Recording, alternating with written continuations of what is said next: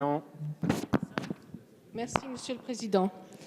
Chacun, selon son histoire et sa famille politique aussi, ses convictions, se positionne différemment sur ce sujet sensible qu'est l'asile.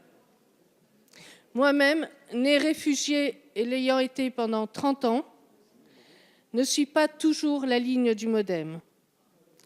Le sujet... Alors, si je ne le suis pas toujours, ce n'est pas uniquement parce que je suis née réfugiée, mais parce que j'ai une expérience de l'accompagnement des migrants actuels. Le sujet que je présente me semble pourtant dépasser les lignes transpartisanes et j'espère qu'il sera adopté. Ce sujet, c'est le fait que l'avocat ou le représentant de l'association qui accompagne le demandeur d'asile puisse intervenir tout au long des entretiens et formuler des observations à leur issue.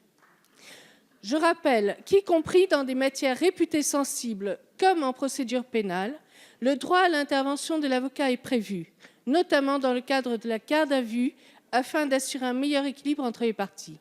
En droit d'asile, cet amendement a pour seul objectif de garantir une meilleure compréhension et une bonne collaboration entre le demandeur d'asile et l'officier de protection, dans le but notamment d'éviter des recours inutiles devant la CNDA.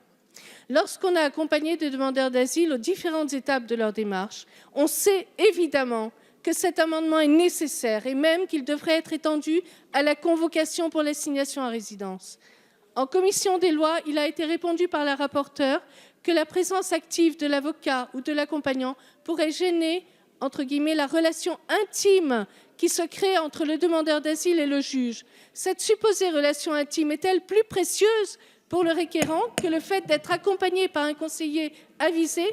L'intervention de l'avocat est prévue dans toutes les procédures pénales. Pourquoi ne serait-elle pas possible pour un requérant qui est juste un demandeur d'asile dont la vie et le futur sont entre les mains des juges ou des préfets qui ont des seuils d'acceptation variables? Madame la députée. C'est donc en faisant appel à votre sens de la justice que je vous demande de voter cet amendement et d'accorder ainsi aux demandeurs d'asile l'accompagnement nécessaire à un moment décisif de sa demande.